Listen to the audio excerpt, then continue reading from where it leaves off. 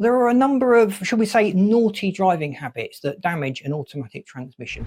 It's good to acknowledge that there are different types of automatic transmission. Primarily, there are dual clutch transmissions, there are CVT, continuously variable transmissions, and there's the traditional torque converter transmission. And manufacturers have obviously evolved these. They use their own ingredients to come up with a decent automatic transmission. But in the main, those are the three types, and they require slightly different methods of care and attention. This video is going to cover the things that would be detrimental to the long-term reliability of our automatic transmission. The big thing is not to select park while the car is moving, and not to step into reverse while the car is rolling forward. It's a naughty habit.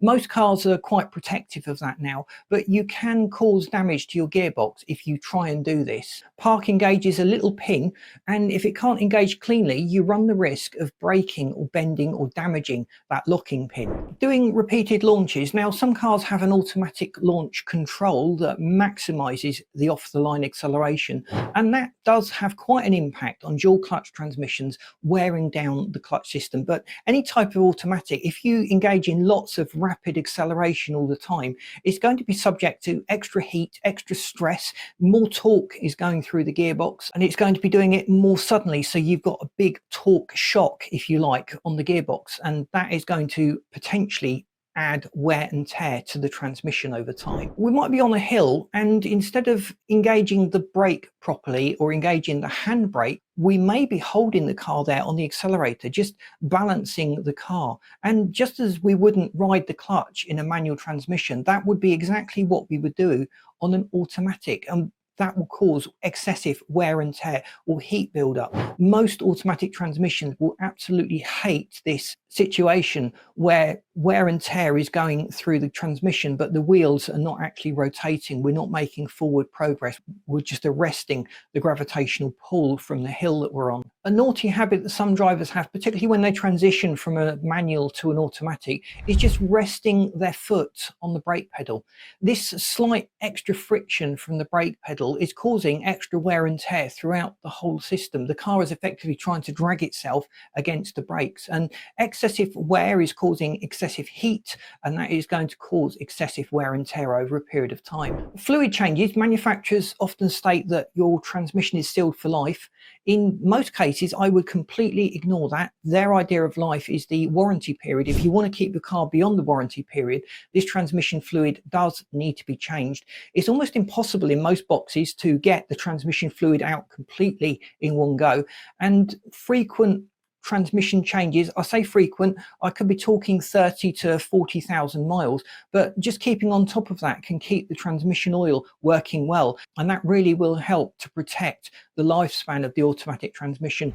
If we've got a high performance engine, it is more critical than ever to get those transmission fluid changes done. DSG gearboxes, dual clutch transmissions, typically need 40,000 change intervals. With CVTs, it varies between 30 and 50,000, depending on who you talk to, and probably to some large extent the manufacturer of that continuously variable transmission. And torque converters are probably with the longest lifespan of all. We're talking about 60 to 100,000, but that will depend on how we've used it. Have we allowed a lot of heat to build up in the transmission? Have we done lots of big launches? Because that is going to be detrimental to the overall lifespan of the transmission fluid. Have we been tempted to tow over the rated capacity of our engine? It may feel like the car can cope with it, but this extra weight is going to be having an impact on the transmission. If we've got a dual clutch transmission, particularly, the clutch plates are going to be struggling to cope with the extra weight that it is pulling. Coasting in neutral is also naughty. Some drivers do this because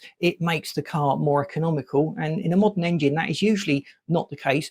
The key thing there, though, is that you're upsetting the safety of the car. You're not going to benefit from engine braking. On a hill, the speed is going to build up and run away with itself. On dual clutch transmission systems as well, when the gear system is re-engaged, that can cause extra wear on those clutch plates within that transmission system.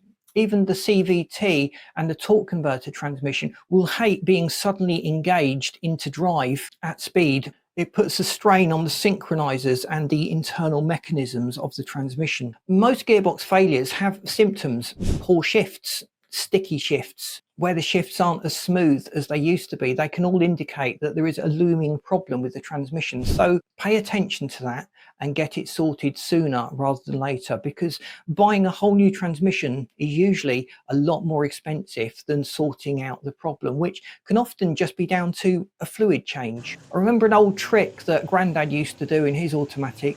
He used to rev up in neutral and then throw it into drive. It felt quick off the line. Loading up the transmission like that will cause damage.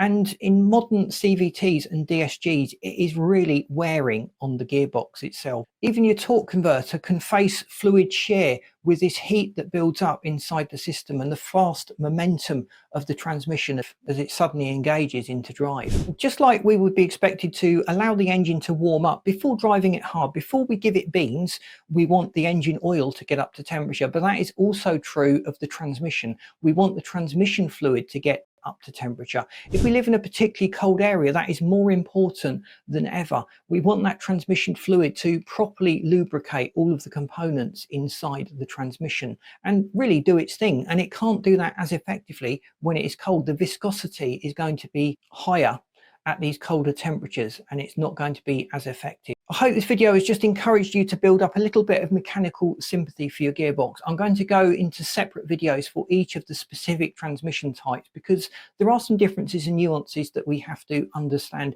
Even with hybrids that use continuously variable transmissions, there are a few things that we could do in those that would cause damage that we might get away with on a conventional continuously variable transmission.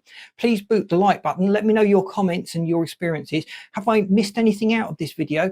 Or have I maybe flagged something up as a problem that you think is just not a problem anymore? I do love reading your feedback and I learn a lot from you guys. So thank you so much for all your comments.